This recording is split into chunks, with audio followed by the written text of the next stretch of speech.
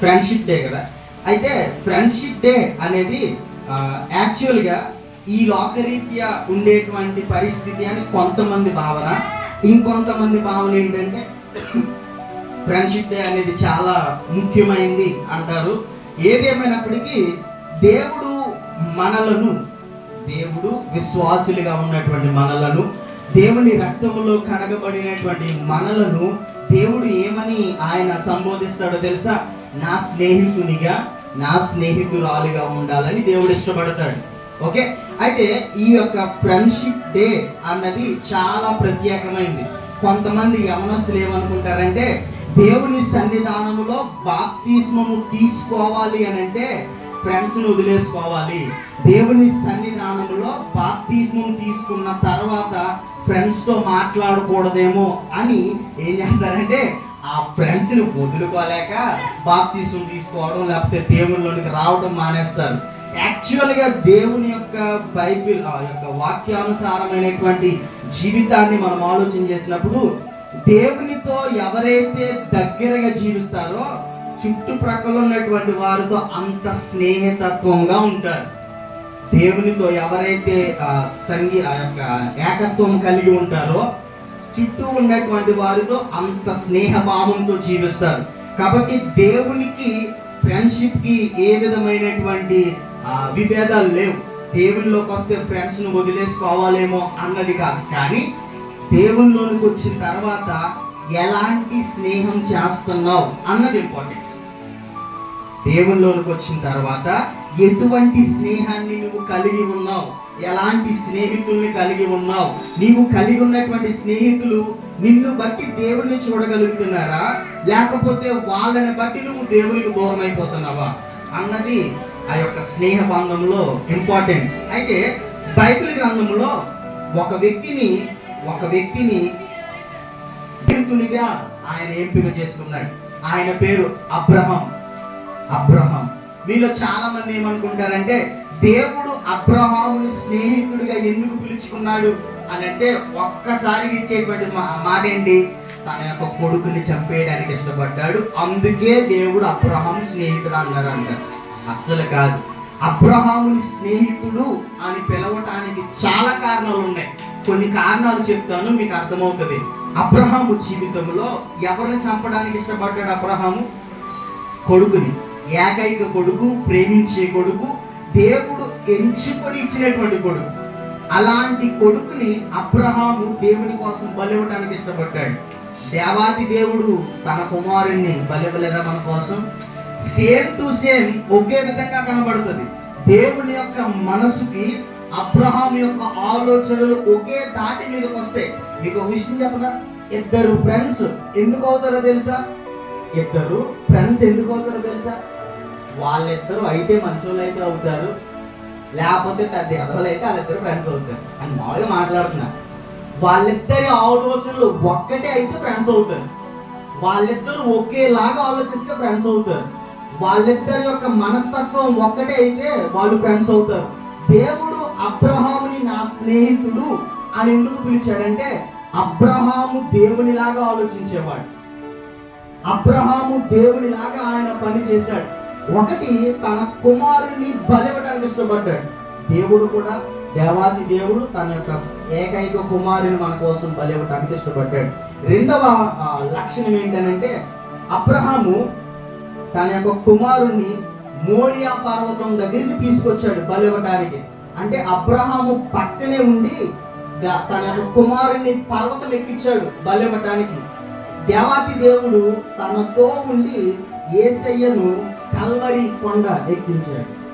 అబ్రహాము తన కొడుకుని మోరియా అనేటువంటి పర్వతం ఎక్కిస్తే దేవాతి దేవుడు తన కుమారుని కల్వరి కొండ ఎక్కించాడు. ఈ విధమైనటువంటి పోలికలు మీకు అర్థమవుతున్నాయి కదా. కుమారుని బలివ్వటానికి అబ్రహాం ఇష్టపడ్డాడు, దేవాతి దేవుడు కూడా తన కుమారుని బలివ్వటానికి ఇష్టపడ్డాడు. తన కుమారుని బలివ్వటానికి పర్వతం ఎక్కించాడు, మోరియా పర్వతం. అబ్రహాము తన కుమారుని బలివ్వటానికి కల్వరి పర్వతం ఎక్కించాడు దేవాతి దేవుడు. మరొక విషయం ఏంటంటే ఈ యొక్క అబ్రహాము ఇస్సాకుని బలివ్వటానికి తీసుకుని వెళ్ళినప్పుడు అబ్రహాము ఇస్సాకుని బలివ్వటానికి కావలసిన కట్టెలు ఎవరి చేత మోయించాడు? ఇస్సాకు చేతే మోయించాడు. ఇస్సాకుని బలివ్వటానికి ఇస్సాకు చేతే కట్టెలు మోయించాడు. దేవాతి దేవుడు తన కుమారుణ్ణి బలివ్వటానికి మనందరి దోష భారం ఆయన మీదే మోపాడు. అబ్రహాము తన యొక్క కొడుకుని ఆ విధంగా కట్టెలు మోయటం ఎలాగైతే జరిగిందో సేమ్ టు సేమ్ దేవాతి దేవుడు యేసయ్య మన భారమును మోసుకుంటూ ఆయన బలి అవ్వటానికి వెళ్ళాడు. చూసారా, అర్థమవుతుంది కదా. మరొక విషయం ఏంటంటే ఈ యొక్క బలి ఇచ్చేటువంటి పరిస్థితుల్లో దేవాతి దేవుడు తన యొక్క కొడుకుని విడిచిపెట్టేశాడు.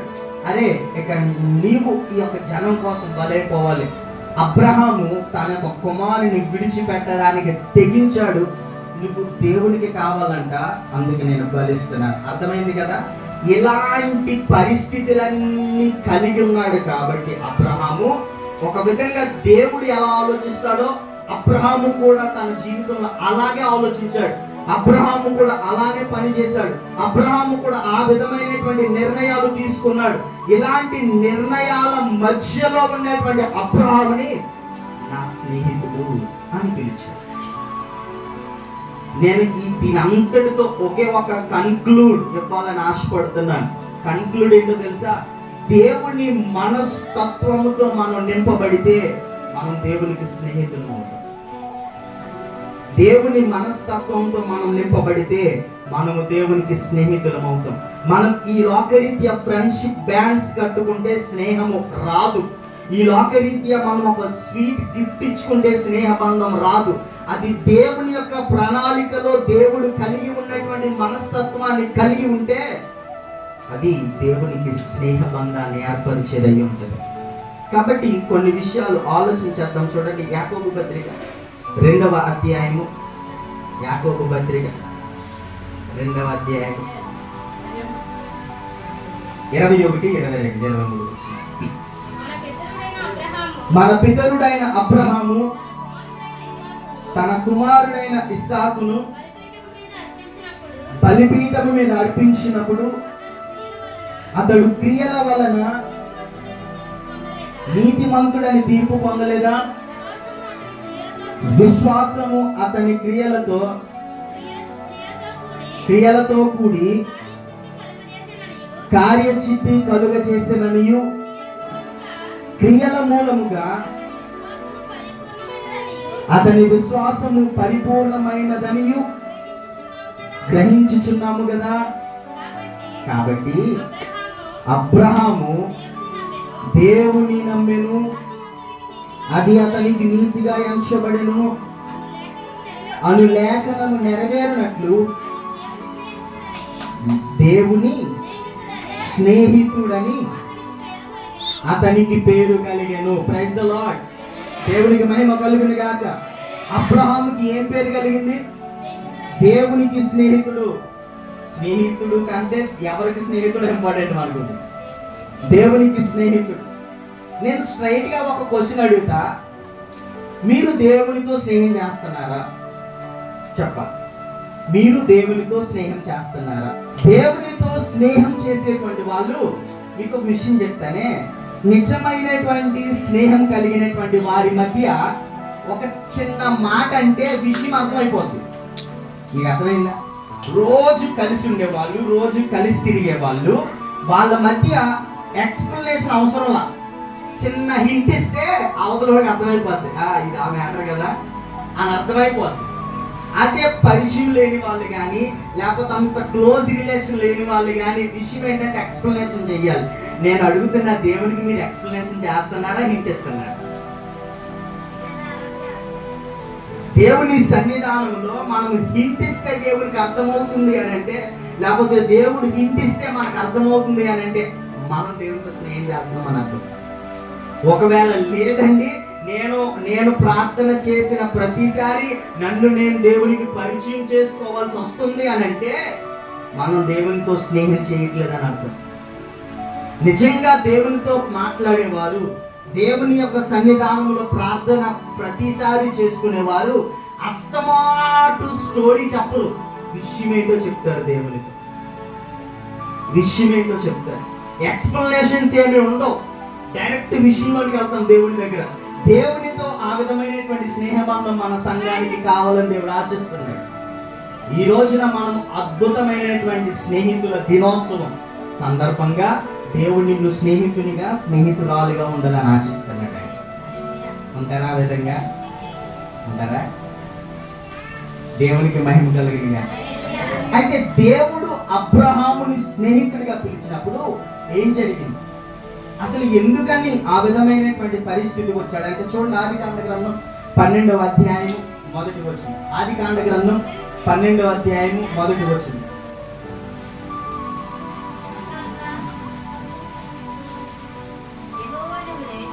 యెహోవా నీవు లేచి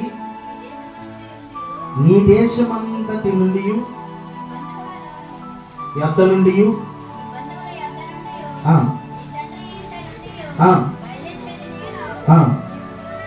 నేను నీకు చూపించిన దేశమునకు వెళ్ళుము చాలండి.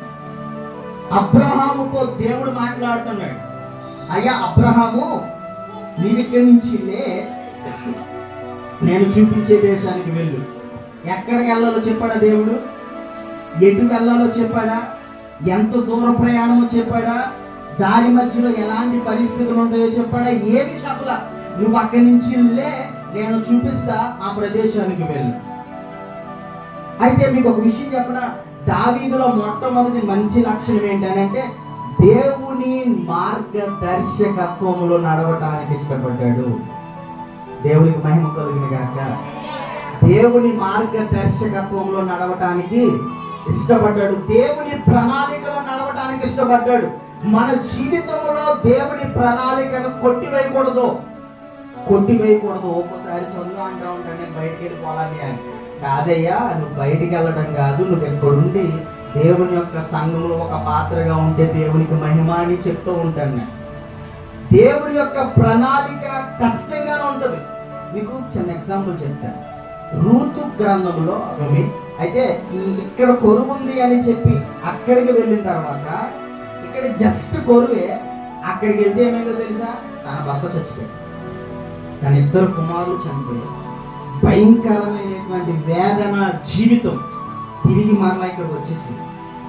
ఎందుకు పనికిరాని దానిగా వచ్చేసింది, ఎందుకు యోగ్యత లేని దానిగా వచ్చేసింది. నేనేమంటానంటే దేవుడు మన జీవితం పట్ల ఏర్పరిచిన ప్రణాళిక కష్టమే, భరిస్తే ఆయన దీవెనలు మెండుగా ఉంటాయి. మనం దేవుని ప్రణాళికలో ఉన్నప్పుడు ఈ లోకం అందంగా కనబడుతుంది. దేవుని ప్రణాళికలో ఉన్నప్పుడు చుట్టూ ఉన్న వాళ్ళు ధనవంతులుగా కనబడతారు. దేవుని ప్రణాళికలో ఉన్నప్పుడు చుట్టూ ఉన్న వాళ్ళు ఆరోగ్యవంతులుగా కనబడతారు. దేవుని ప్రణాళికలో ఉన్నప్పుడు నా జీవితం మాత్రమే ఎలా ఉంది, అందరూ చాలా బాగున్నారనిపిస్తుంది. కానీ ఒక విషయం చెప్పనా, దేవుని ప్రణాళికలో అందరూ బాగవటం వేరు, దేవుని ప్రణాళికలో శ్రమలు ఎదుర్కొంటున్న నీ వేరు, నీ పరిస్థితి వేరు, నీ యొక్క ఆత్మీయ జీవితం వేరు, నీకు దేవుడు ఇవ్వబోయేటువంటి ఆశీర్వాదాలు వేరు. అబ్రహాం దేవుని ప్రణాళికలో నడవటానికి ఇష్టపడ్డాడు. ఈ రోజున మనం ఒక తీర్మానం చేసుకోవాలి. కష్టమైన నష్టమైన యేసయ్యా, నేను నీతోనే వస్తాను. ఊపిరాగే వరకు నీతోనే జీవిస్తా. ఏ దారిలో నడిపినా దాని అర్థం ఏంటి? అసలు నాకు ఇక చుట్టూ ఉన్న అనవసరం, నేను వెనక్కి తిరగను, నాకంటే గొప్ప వాళ్ళు ఎంతమంది ఉన్నా నాకు అనవసరం, ఊపిరాగే వరకు నీతోనే ఉంటానయ్యా. ఆ విధమైనటువంటి తీర్మానం మనం చేసుకోవాలి. ఈరోజు దేవుడు ఆ విధంగా మనల్ని ఎంపిక చేసుకోవడానికి ఇష్టపడ్డాడు. దేవుడికి మహిమ కలుగునుగా. మొదటిది, అబ్రహాము ఆ యొక్క దేవుని యొక్క ప్రణాళికలో నడవడానికి ఇష్టపడ్డాడు. రెండవది, అదే వచనం చూడండి, 2వ వచనం, నిన్ను గొప్ప జనముగా చేసి నిన్ను ఆశీర్వదించి. మీరు ఇంటికి వెళ్ళాక 12వ అధ్యాయము 4 వచనాలు చదవండి. 4 వచనాలు ఇప్పుడు నేను చెప్పిన మాట కనబడుతుంది. మొట్టమొదటిగా అబ్రహాము దేవుని ప్రణాళికను నడవడానికి ఇష్టపడ్డాడు.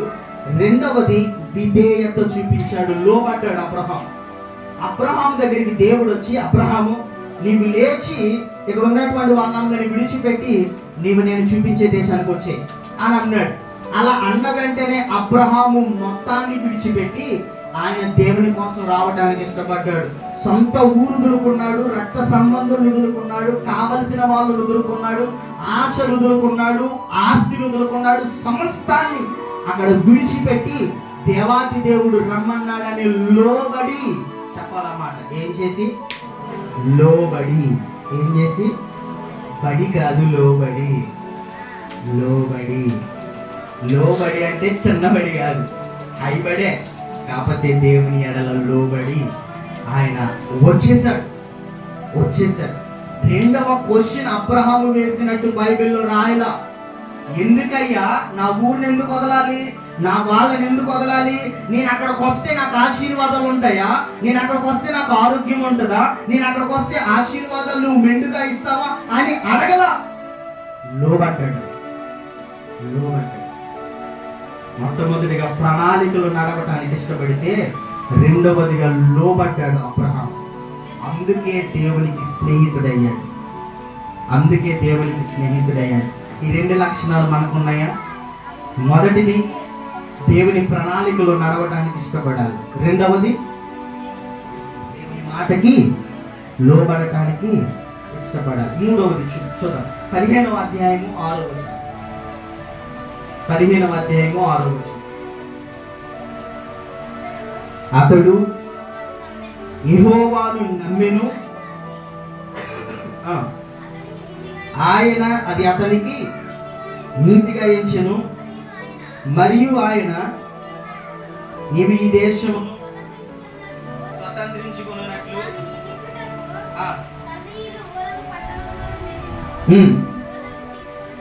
చాలు, యెహోవాను నేనే. అబ్రహాము మొదటిగా దేవుని మార్గంలో నడవడానికి ఇష్టపడితే, రెండవదిగా ఆయనకు లోబడితే, మూడవదిగా ఏం చేశాడంటే అబ్రహాము పూర్తిగా దేవునిపై ఆధారపడిపోయాడు. పూర్తిగా ఇక వేరే ఎవరిపైన ఆయన ఆధారాన్ని పెట్టుకోలేదు. పూర్తిగా దేవునిపై ఆధారపడినటువంటి అబ్రహాముగా మనకి 15వ అధ్యాయంలో కనబడుతూ ఉంది. అబ్రహాము జీవితంలో ఇలాంటి గొప్ప గొప్ప సంగతులు మనకి చాలా తేట తెల్లంగా కనబడుతూ ఉంటాయి.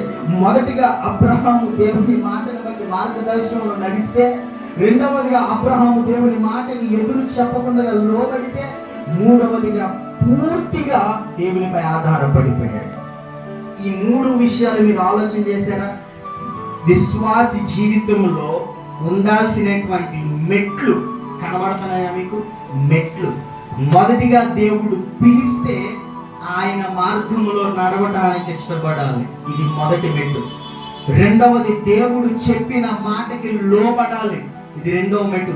ఈ రెండు మెట్లు మనం ఎప్పుడైతే ఎక్కుతామో మూడవ మెట్టుగా పూర్తిగా దేవునిపై ఆధారపడిపోతాం. పూర్తిగా దేవునిపై విశ్వాసం ఉంచుతాం. కొంతమంది అనేటువంటి మాటలు విన్నప్పుడు నాకు చాలా ఆనందంగా ఉంటుంది. చావైనా బ్రతికైనా ఆయన కోసమే అంటారు. పౌలు అన్నాడు కదా బైబిల్ గ్రంథంలో, బ్రతుకుట క్రీస్తే, చావైతే మేలు. దేవుని సన్నిధానంలో మనం ఎంతకాలం బ్రతికామన్న దానికంటే మన యొక్క చావు దేవుని వైపు ఎంతమందిని తిప్పగలిగింది అన్నది ఇంపార్టెంట్. అది దేవుని స్నేహితుని యొక్క లక్షణం. అయితే ఒక వ్యక్తిని అరెస్ట్ చేసి ఆయన్ని తన యొక్క తల్లి యొక్క పరిస్థితిని బట్టి మొత్తం తల్లిని కూడా చితక బాధేసి తీసుకుని వచ్చి ఆ వ్యక్తి ఎదురుగుండగా నుంచోబెట్టే, అరే మీ గ్రంథంలో తల్లిని తండ్రిని సన్మానించమని ఉంది కదా, నీ తల్లి భయంకరమైనటువంటి దెబ్బలతో భయంకరంగా ఉంది, చూస్తున్నా కదా ఎదురుగుండగా, నీ తల్లిని తండ్రిని సన్మానించమని బైబిల్ చెప్తుంది కాబట్టి నువ్వు ఒక్కసారి బైబిల్ని కొట్టేసి ఉమ్ము ఊసి నీ బైబిల్లో ఉన్న దేవుడు నా దేవుడు కాదని ఒప్పుకుని ఆ విధంగా నువ్వు చేస్తే నీ తల్లిని నువ్వు శుభ్రంగా తీసుకుని వెళ్ళిపోవచ్చు, నువ్వు కూడా ఇంటికి వెళ్ళిపోవచ్చు, నీ మీద కేసులన్నీ కొట్టేస్తామన్నాడట జైలు అధికారి. ఆ విధంగా నేను ఆలోచన చేస్తున్నాడు. బైబిల్ చెప్తుంది తల్లిని సన్మానించమని, ఈయనేమో తల్లిని సన్మానించాలంటే బైబిల్ కాదనమంటున్నాడు.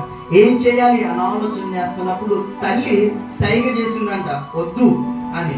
అలా వద్దు అని అన్నప్పుడు ఈ వ్యక్తి భయంకరమైనటువంటి దెబ్బలతో ఉన్నాడు, నడుచుకుంటూ వెళ్ళి కింద పడున్నటువంటి బైబిల్ని తీసుకుని గుండెకు హత్తుకున్నాడంట. ఆయన గుండెకు ఆ విధంగా హత్తుకోవడంతో అలాగే జైలధికారికి పెద్ద కోపం వచ్చి ఈయన చూస్తుండగానే తల్లిని చంపేశాడు.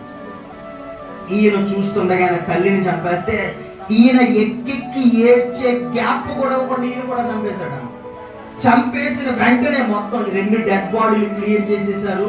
అదంతా క్లీన్ చేస్తున్నటువంటి సమయంలో ఈ జైలు అధికారికి ఒక డౌట్ వచ్చింది. బైబిల్లో ఏముంది? తన తల్లిని సైతం చంపేసుకోవడానికి ఇష్టపడ్డాడు ఈయన. ఇంత శ్రేష్టమైన బైబిల్ లేకపోతే వీడు పిచ్చోడా అని ఆ రక్తపు మడుగులో ఉన్నటువంటి బైబిల్ తీసి చదవడం మొదలు పెట్టాడంట. ఏ అధ్యాయము ఏ వచనం చదవడం మనకు తెలియదు, కానీ చదవటం మొదలు పెట్టాడు.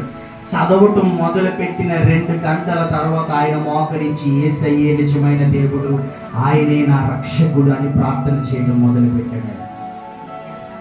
ఇద్దరి చావు భయంకరమైనటువంటి ఒక క్రూరుణ్ణి దేవుని వైపు నడిపించడానికి ఇష్టపడింది.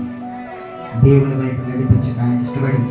ఈ రోజున మన జీవితం దేవుని వైపు నడిపించాలి. అనేక మందిని మన కుటుంబాన్ని దేవుని వైపుకి నడిపించగలగాలి.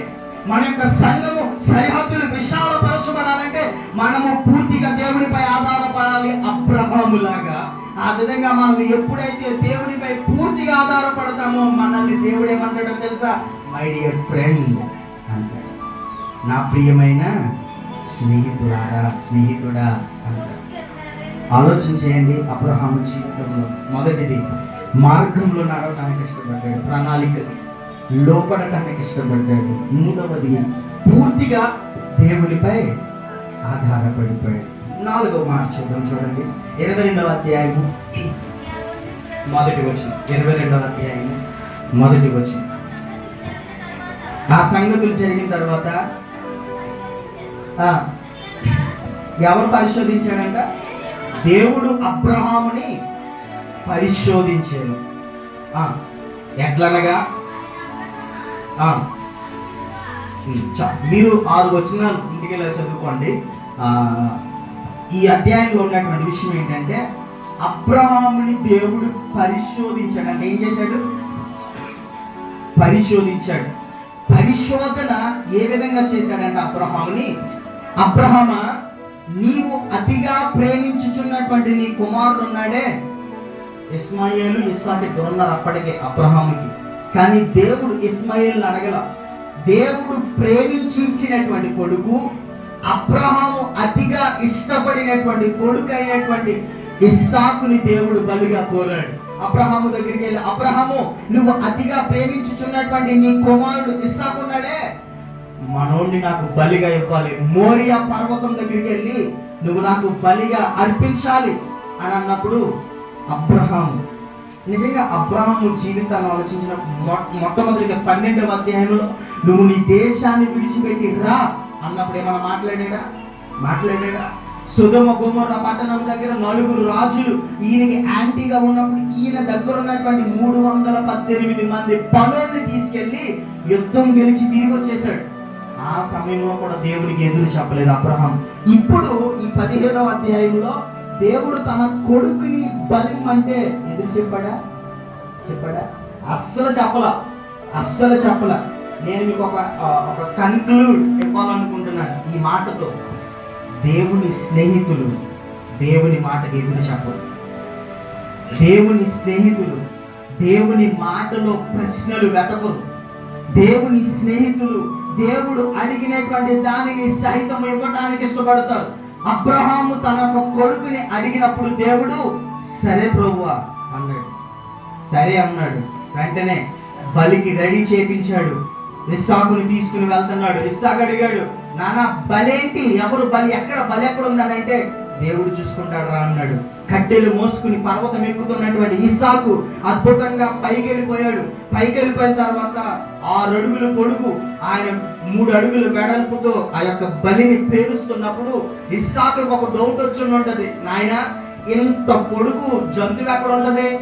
6 అడుగులు పొడుగు, నువ్వు ముసలోడు అయిపోయి నీకు ఏం చేస్తున్నావు అర్థం కావట్లేదు అని అనుకుని ఉంటాడు ఇస్సాకు. అలాంటి పరిస్థితుల్లో కూడా అబ్రహాము దుఃఖాన్ని దిగమింగుకొని ఇస్సాకు దగ్గరకు వచ్చి, అరే దేవుడు బలిడిగింది నిన్నే, బలిగా అర్పించమన్నది నిన్నే అని అన్నప్పుడు ఇస్సాకు సరే నాన్న అనే ఉండాలి, ఖచ్చితంగా సరే అని ఉండాలి. ఎందుకు ఇంత ఖచ్చితంగా చెప్తున్నానంటే, కొండపైకి ఆ ఇస్సాకు తగలబడిపోయి అన్ని కట్టెలు మోసుకుని వెళ్ళాడంటే చిన్నపిల్లోడా ఇస్సాకు? చిన్నపిల్లోడా?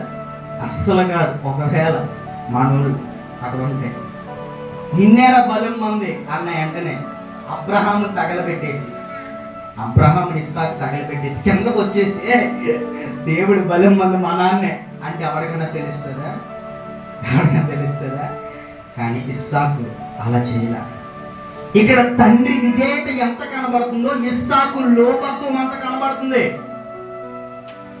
యవనస్తులు తల్లిదండ్రుల మాటకి లోబడటం అనేది చాలా అవసరం. మీ తల్లిదండ్రులను సన్మానించుడి అని అంటుంది బైబిల్. తప్పిపోయిన కుమారుని స్టోరీ మీకు ఒక్కసారి చెప్పాలి, సమయం అయిపోతుంది, నేను ముగించేస్తాను. తప్పిపోయినటువంటి కుమారుని యొక్క ఉపమానంలో ఇద్దరు కుమారులు ఉన్నారు. ఒక కుమారుడు ఏమని అడిగాడు? నీ ఆస్తి అంతా నాకు ఇచ్చే. ఏమన్నాడు? నీ ఆస్తి అంతా నాకు ఇచ్చే. చెప్పండి ఒకసారి, ఏమన్నాడు? పెద్దోళ్ళు ఉన్నారు, ఒక మాట చెప్పాలి. తండ్రి ఆస్తి కొడుకుకి ఎప్పుడు వస్తుంది? తండ్రి ఆస్తి వారసత్వంగా కొడుకుకి ఎప్పుడు వస్తుంది? చెప్పాలి. తండ్రి అనంతరమే కదా, తండ్రి చనిపోయిన తర్వాతే కదా. బతికుండగానే చంపేయాడు తండ్రిని. నీ ఆస్తి నాకు ఇచ్చే అన్నాడు. అర్థమైందా నీకు? ఎంత దౌర్భాగ్యంగా ఆలోచించాడో. కొంతమంది అలా ఉంటారు, బతికుండగా చంపేస్తారు తండ్రుల్ని. అంటే మీరు అనుకోవచ్చు, లేదంటే మేమేం పాయిజన్ ఇవ్వట్లేదు, మేమేం మొత్తం మంది ఇవ్వట్లేదు మా నాన్నలకి. మన యొక్క జీవితం వాళ్ళకి బాధను కలిగిస్తే వాళ్ళు అనేటువంటి మాట బతికుండగానే చస్తూ బ్రతుకుతున్నాను నేను అంటారు. అది మనం అనిపించుకోకూడదు. ఇస్సాకు విధేయత అంత గొప్పగా కనబడుతుంది.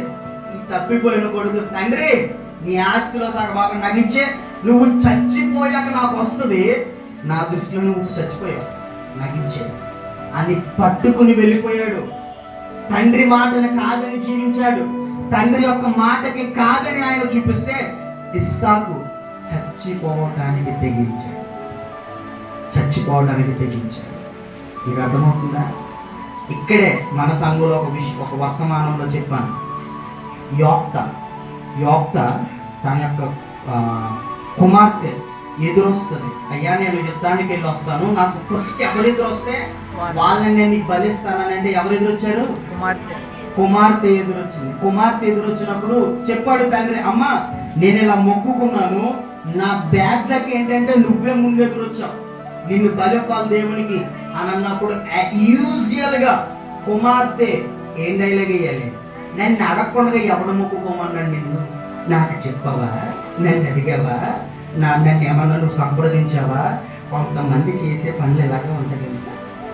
నన్ను అడగకుండా నా పర్మిషన్ తీసుకోకుండా ఎవరు చేయమన్నారు రమ్మని నిన్ను? మరి పర్మిషన్ తీసుకోవాలి. యోక్త తన యొక్క కుమార్తె ఎదురుగా వచ్చినప్పుడు, అమ్మ ఇది నేను మొక్కుకున్న మొక్కుబడి, దేవుడికి నేను బలివ్వాలనంటే ఒక్క మాట కూడా ఎదురు చెప్పలా. చనిపోవడానికి ఇష్టపడినా అంటే యవనస్తుల్ని తల్లిదండ్రుల కోసం చనిపోమని నేను చెప్పట్లా. దేవుని ఎడల విధేయత కలిగి ఉంటే తల్లిదండ్రుల యొక్క బాధను, తల్లిదండ్రుల యొక్క కష్టాన్ని అర్థం చేసుకునే వాళ్ళు అవుతారు. తల్లిదండ్రులు పడేటువంటి వేదనను అర్థం చేసుకునే వాళ్ళు అవుతారు. తల్లిదండ్రుల యొక్క శ్రమను అర్థం చేసుకునే వాళ్ళు అవుతారు. ఆ విధముగా యవన వయస్సులో ఉన్నటువంటి మీకున్నటువంటి తల్లిదండ్రుల యొక్క వేదన అర్థం చేసుకోగలిగితే వారి యొక్క వృద్ధాప్య దశకు వచ్చేసరికి కాళ్ళ ఎగరేసుకుని తిరగలుగుతారు తల్లిదండ్రులు. కాబట్టి ఆ విధంగా మన జీవితాన్ని మార్చుకోవడానికి ప్రయత్నించేద్దాం. 4వ విషయం, అబ్రహాం తనకి ఇష్టమైనటువంటి కుమారుణ్ణి బలివ్వటానికి సైతం తెగించేశాడు. ఇష్టమైన దాన్ని అర్పించేశాడు. అందుకే దేవునికి స్నేహితునిగా పిలువబడ్డాడు. మొదటిది ఏంటండి? ప్రణాళికలో నడవడానికి ఇష్టపడ్డాడు. 2వది లోబడ్డాడు. 3వది పూర్తిగా ఆధారపడిపోయాడు. 4వది, తనకి ఇష్టమైనటువంటి కొడుకుని సహితం బలివ్వటానికి ఇష్టపడ్డాడు. దేవుడు మనల్ని ఇలాగే పరీక్షిస్తాడు. నేను ముగించబోతున్నాను. దేవుడు మన విశ్వాసాన్ని ఎలా పరీక్షిస్తాడంటే, మనకి ఏదైతే ఇష్టమో దాన్ని వదిలేమంటాడు. అబ్రహాముని ఎవరిని అడిగాడు? ఇష్టమైనటువంటి కొడుకుని అడిగాడు. మత్తయి సువార్తలో ఒక ధనవంతుడు దేవుని దగ్గరికి వచ్చి పబ్లిక్ గా ధనవంతుడు మోకరించేసి దేవా అన్నాడు, సత్పురుషుడా అన్నాడు. దేవుడు యేసయ్య అన్నాడు, అయ్యా సత్పురుషుడా నువ్వు నన్ను అంటున్నావు, దేవుడు తప్ప ఇంకెవడు సత్పురుషుడు కాదే, అంటే నువ్వు నన్ను దేవునికి అంగీకరిస్తున్నావు అంటే అవును నువ్వు సత్పురుషుడివే, నువ్వు దేవుడివే అన్నాడు. అన్నాక ఆ ధనవంతుడు అడిగినటువంటి ప్రశ్న ఏంటో తెలుసా? నేను పరలోక రాజ్యానికి రావాలంటే నేనేం చేయాలి అన్నాడు. అన్నప్పుడు యేసయ్య లిస్ట్ మొదలెట్టాడు. ఏమని? అదా ఏం లేదు, తల్లిదండ్రులు గౌరవించాలి, ఇరుగు పొరుగు వాళ్ళని ప్రేమించాలి, నిన్ను సహితం ఇవన్నీ చెప్తుంటే ఆగేసయ్యా, ఆగు, నేను చిన్నప్పటి నుంచి ఇవన్నీ పాటిస్తున్నాను, నాకు ఇదేమి కొత్త కాదు, నాకు ధర్మశాస్త్రం తెలుసు, నాకు రూల్స్ తెలుసు, నాకు వాక్యం తెలుసు, నేను చదువుకుంటున్నాను, పాటిస్తున్నాను, నాకు తెలుసు, నేను పాటిస్తున్నా అని అన్నాక అప్పుడు దేవుడు ఏమన్నాడు? అవునా, ఓకే, నీకు ఒక్కటే కొద్దుగా ఉంది, చిన్నప్పటి నుంచి ఇవన్నీ పాటిస్తున్నాను అన్నావు కదా, ఒక్కటే కొద్దుగా ఉంది, ఏం లేదు, నీకు ఎంతైతే ఆస్తి ఉందో ఆస్తి అంతా అమ్మేసి పేదలకు ఇచ్చేసి నన్ను వెంబడించు. ఏమన్నాడు? నీకు ఎంతైతే డబ్బు ఉందో ఆస్తి ఉందో అది పేదలకు ఇచ్చే, అమ్మే, ఖాళీ చేతులతో నా దగ్గరికి వచ్చి అని అంటే, బైబిల్లో డీటెయిల్డ్గా రాసిన మాట ఏంటో తెలుసా? అతను యేసయ్యను విసర్జించుకొని ముఖము విచారము చేసుకుని వెనక్కి వెళ్ళిపోయాడు. ఆ వ్యక్తిని దేవుడు డబ్బు వదిలేమని ఎందుకు అడిగాడో తెలుసా? ఆయనకి డబ్బు అంటే ఇష్టం, ఆయనకి డబ్బు అంటే ప్రాణం, అందుకు నువ్వు డబ్బు వదిలే అన్నాడు. అబ్రహాముడు ఇస్సాకుని ఎందుకు బలిమ్మన్నాడు తెలుసా? ఇస్సాకు అంటే ప్రాణం, ఇస్సాకు అంటే ఇష్టం, అందుకు వదిలే బలిది అన్నాడు. ఈ రోజు దేవుడు మన విశ్వాసాన్ని ఎలా పరీక్షిస్తాడో తెలుసా? మనకిష్టమైనటువంటి వ్యక్తులను, మనకిష్టమైనటువంటి పనిని, మనకిష్టమైనటువంటి అలవాటును దేవునికి దూరం చేసేటువంటిది ఏదైనా సరే అది నీకు ఇష్టమైతే దాన్ని దేవుడు వదిలేయమంటాడు. వదలటానికి ఇష్టపడితే తప్ప మనం దేవునికి స్నేహితులం అవ్వలేం. ప్రణాళికలో నడవాలి, లోబడాలి, పూర్తిగా ఆధారపడాలి, మనకిష్టమైన దాన్ని సహితము దేవుని కోసం త్యాగం చేయాలి. చేయడానికి ఇష్టమేనా? ఈ 4 పరిస్థితులలో అబ్రహాం ఇప్పుడు యాకోబు పత్రిక 2వ అధ్యాయం 23వ వచనం, నేను చదివినటువంటి మాట, యాకోబు పత్రిక 23వ వచనం, పరిపూర్ణమైనదని. కాబట్టి అబ్రహాము దేవుని నమ్మెను, అది అతనికి నీతిగా ఎంచబడెను అని లేఖనము నెరవేరునట్లు మరియు దేవుని స్నేహితుడని అతనికి పేరు కడిగాను. Praise the Lord. దేవునికి మహిమ కలుగును గాక. 2 చేతులు దేవుని ఆకాశం వైపు చాపి దేవునికి స్తోత్రం చెల్లిద్దాం. హల్లెలూయా, హల్లెలూయా. మరొకసారి చెప్తాం, ఇంకా గట్టిగా చెప్తాం. దేవునికి మహిమ కలుగును గాక. ప్రణాళికలో నడిచిన దాన్ని బట్టి, లోబడిన దాన్ని బట్టి, పూర్తిగా ఆధారపడిన దాన్ని బట్టి, ఇష్టమైన కుమారుని సహితం బలిపడడానికి తెగించిన దాన్ని బట్టి దేవునికి స్నేహితునిగా పిలువబడ్డాడు. ఈ రోజున మనం అవుదామా స్నేహితులు దేవునికి? దేవుని సన్నిధానంలో యేసయ్య నేను నీకు స్నేహితుని అవ్వడానికి ఇష్టపడుతున్నాను అని మనల్ని మనం సమర్పించుకుందామా? ఒక్క క్షణం తలలో ఉంచండి, చిన్న ప్రార్థన. ఒక్క క్షణం దేవుని సన్నిధానంలో ఈ యొక్క స్నేహితుల దినోత్సవం మన జీవితంలో ఈ లోక పరిస్థితుల్లో స్నేహితులను కలిగి ఉండటం తప్పేమీ కాదు. అలాగని దేవుని స్నేహాన్ని కోల్పోతే తప్ప. ఈ లోక రీత్యా స్నేహితులను కలిగి ఉండటం పొరపాటేమీ కాదు. అలాగని దేవుని స్నేహాన్ని పక్కన పెడితే తప్ప. దేవుని స్నేహాన్ని మనం కలిగి ఉండాలి. దేవుని యొక్క విధేయతలో మనం నడవాలి. దేవుడే మనకి స్నేహితుడై ఉండాలి. ఈ మధ్యాహ్న కాల సమయంలో మనం పరిశీలించుకుందామా? అబ్రహాముని దేవుడు స్నేహితుడిగా పిలిచాడు. కారణం, దేవుని ప్రణాళికలో నడిచాడు, దేవునికి లోబడ్డాడు, పూర్తిగా దేవునిపై ఆధారపడ్డాడు, తనకిష్టమైనటువంటి దాన్ని సహితం వదులుకోవడానికి ఇష్టపడ్డాడు. ఈ మధ్యాహ్నం దేవునికి స్నేహితునిగా, స్నేహితురాలిగా ఉండటానికి ఇష్టపడుతున్నావా? దేవుడిని ఆశిస్తున్నాడు. ఓ మై డియర్ ఫ్రెండ్ అని దేవుడు నిన్ను పిలవటానికి ఇష్టపడినప్పుడు, నా ప్రియ స్నేహితుడు, నా ప్రియ స్నేహితురాలా అని దేవుడు నిన్ను పిలవటానికి ఇష్టపడుతున్నప్పుడు, నేను దేవునితో పాటు స్నేహం చేయాలి అని ఆశ నీకుంటే ఖచ్చితంగా దేవుని ప్రణాళికకు నువ్వు లోబడు, పూర్తిగా దేవునిపై ఆధారపడు. దేవుని కొరకు ప్రతిదీ ఈ లోకరీత్యా నీకు ఇష్టమైనటువంటి దాన్ని విడిచిపెట్టడానికి ప్రయత్నించి చిన్న ప్రార్థన చేద్దాం. మా దేవ, మా ప్రభు, నీ నామమున మన్నించుకోవద్దు. ఉదయకాల సమయం ఎంతవరకు నన్ను నిలబెట్టుకుని వాడుకున్న విధానం బట్టి ఇంకా ఉన్నాను ప్రభా. ఈ స్నేహితుల దినోత్సవం ఉన్నాడు. ప్రత్యేకముగా ప్రభుని యొక్క స్నేహంలో ఉన్నటువంటి తీపిదనాన్ని, నీ స్నేహంలో ఉండేటువంటి గొప్పదనాన్ని మాకు తెలియజేసినందుకు నీకు వందనాలు. అబ్రహాము నీకు స్నేహితునిగా పిలువబడ్డాడు. అబ్రహాము నీ మాటలో, నీ మాట ప్రణాళికను బట్టి నడవటానికి ఇష్టపడ్డాడు ప్రభు. నీ మాటకు లోబడి ఎదురు చెప్పకుండా విధేయత చూపించాడయ్యా. నీ మీద పూర్తిగా ఆధారపడిపోయాడు. తనకిష్టమైన దాన్ని సైతము నీ కొరకు ఆయన వెచ్చించడానికి ఇష్టపడ్డాడు. అందుకని అబ్రహాముని స్నేహితుడు అని పిలిచకపోయింది. ఈ మధ్యాహ్న కాల సమయంలో మా సంఘమును మీరు ప్రేమించి, మా సంఘంతో మీరు సహవాసం చేయడానికి ఇష్టపడుతున్నందుకే నీకు వందనాలు. మా సంఘంలో ఉన్నటువంటి ప్రతి ఒక్కరితో వ్యక్తిగతముగా మీరు స్నేహాన్ని కలిగి ఉండటానికి ఇష్టపడుతున్నందుకే నీకు వందనాలు. ఎంతమంది అయితే నీతో స్నేహం చేయడానికి ఇష్టపడుతున్నారో వారిని అందరినీ కూడా మీరు స్వీకరించండి. వారి జీవితంలో అబ్రహాములాగా నీ మీద ఆధారపడటానికి, నీకు లోబడటానికి, నీ పైన పూర్తిగా వాళ్ళు డిపెండ్ అవటానికి, వాళ్ళకి ఇష్టమైనటువంటి దాన్ని సైతం నీ కోసం వదిలిపెట్టడానికి ప్రభువా స్థాయి పెరిగే కొద్దీ మాలో విశ్వాసాన్ని పెంచండి అయ్యా. సంవత్సరాలు గడిచే కొద్దీ నీ కార్యములు నూతనం అవుతాయి ప్రభువా. ఆ విధంగా నూతనం అవ్వాలంటే మా పాపములు ఒప్పుకోమన్నావు నువ్వు. మమ్మల్ని మేము కాదనుకోవాలన్నావు ప్రభా. ఎవరైతే నా సిలువను ఎత్తుకుని వెంబడించాలనుకుంటున్నారో వాళ్ళని వాళ్ళు ఉపేక్షించుకొని నా పైన పూర్తిగా అనుకోవాలన్నావు ప్రభా. ఈ మధ్యాహ్న కాలంలో వాక్యమైన ప్రతి ఒక్కరిని మీరు దీవించి ఆశీర్వదించండి. వారి జీవితంలో ఇంతవరకు నీతో స్నేహ బంధాన్ని కలిగి లేరేమో, ఇక ముందు నీతో స్నేహ బంధాన్ని కలిగి ఉండటానికి కృప చూపించి అబ్రహాములాగా నీపై విధేయత చూపించడానికి మీరు సహాయం చేయాలి. మా సంఘమును, మా సంఘ సరిహద్దులను విశాలపరిచి ఈ యొక్క కార్యక్రమాన్ని ఇంకా జరగాల్సినటువంటి కార్యక్రమాలను నీ ఆత్మ ఉంచమని యేసు పరిశుద్ధ నామమున అడిగి వేడుకొంచున్నాను.